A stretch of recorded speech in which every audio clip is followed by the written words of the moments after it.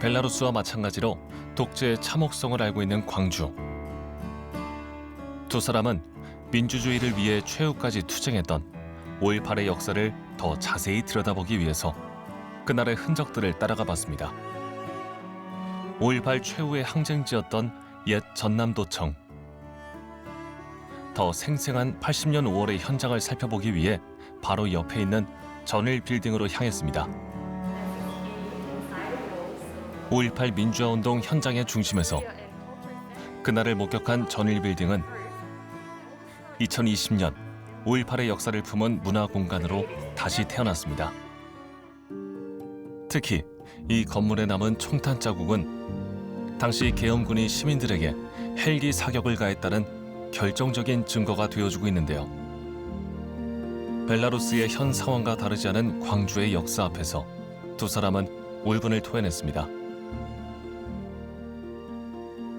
Lukashenko himself flew on a helicopter over the capital city and landed in his government palace and came out to people holding a gun. Together with police and army, he stood next to the peaceful protesters and threatened them. And he used violence against people on the streets, in jails. Many were tortured, several dozens were killed. 빌딩 가장 높은 곳에서 80년 5월의 현장을 내려다봅니다. 과거가 아닌 지금 현실에서 독재와 맞서는 벨라루스 사람들. 이들에게 5.18은 어떤 의미로 다가왔을까요? If I could ask something to Korean people who were involved in Gwangju uprising, I want to ask them, where did they find the strength to confront this evil? I want to ask them, how did they manage? How did it work? So that I could also know how to help people in Belarus find that strength for themselves. 벨라루스뿐만이 아닙니다. 여전히 세계 각국에선 80년 5월의 시간들을 지나고 있습니다. 그리고 광주는 이들에게 희망이 되고 있습니다. Gwangju is the symbol of democracy, of the fight for democracy that will never end. Democratization is a process. It will go step by step forward, but we must be together, always unite, like the people of Gwangju. 특히 미얀마는 2021년 군부가 쿠데타를 일으키면서 민주주의를 외치는 시민들을 탄압하고 있습니다. 현재 400일이 지난 지금 여전히 미얀마 군부는 시민들을 무차별적으로 공격하고 있는데요. 민간인 마을을 방어하는 것은 물론 최근엔 거리 시위에 참여했다는 이유만으로 시민들에게 사형을 선고하기까지 했습니다. 군부 쿠데타 이후 지금까지 발생한 민간인 사망자 숫자는 무려 1,800여 명에 달합니다. 하지만 미얀마 국민들은 이에 굴하지 않고 민주화 운동을 이어가고 있습니다. 그들의 손엔 민주화를 이루기 위해 투쟁했던 광주의 역사가 쥐어져 있습니다. 광주, 미얀마 그런 사진까지 이렇게 두 개 비교해서 이렇게 올려놓은 사진들이 많아요. 그래서 한국에 그렇게 했던 것처럼 우리도 하자라는 마음으로. 그리고 광주 역시 이들을 지지하고 연대하면서 힘을 보태고 있습니다. 1980년 5월의 사륙을 이기고 우리나라에도 실현된 민주화 인권이 미얀마에서도 반드시 이루어질 것입니다.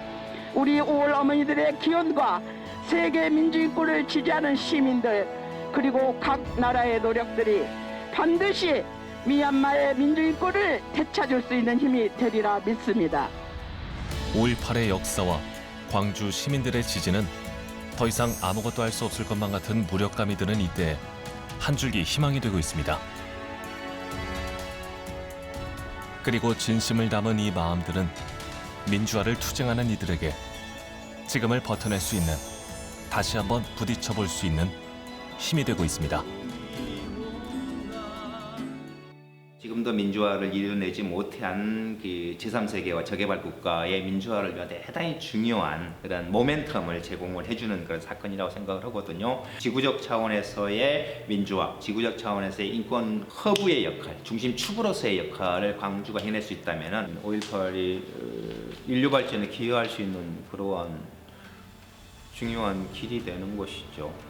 민주주의와 인권을 위해서 싸우고 있는 분들, 그리고 민주주의와 인권을 위해서 뭔가 노력하고 있는 분들에게 큰 희망이 돼야 되고, 그 희망은 구체적으로 물질적 지원도 돼야 되고 또 정신적 지원도 돼야 됩니다. 그래서 물심양면으로 연대의 손길을 적극적으로 내밀어야 돼요.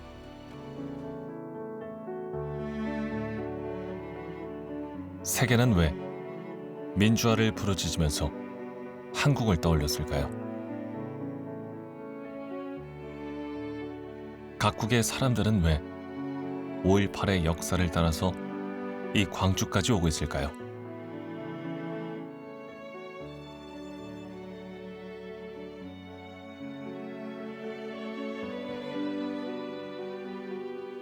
When I came to the May 18th cemetery for the first time, I walked by photo and photo until I noticed a very pretty girl. She died when she was 15 years old.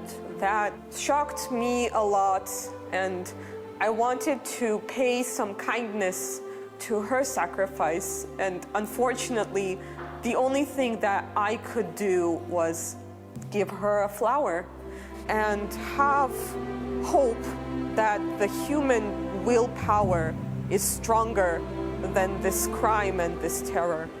Belarusians today want what people in Gwangju got in 1980.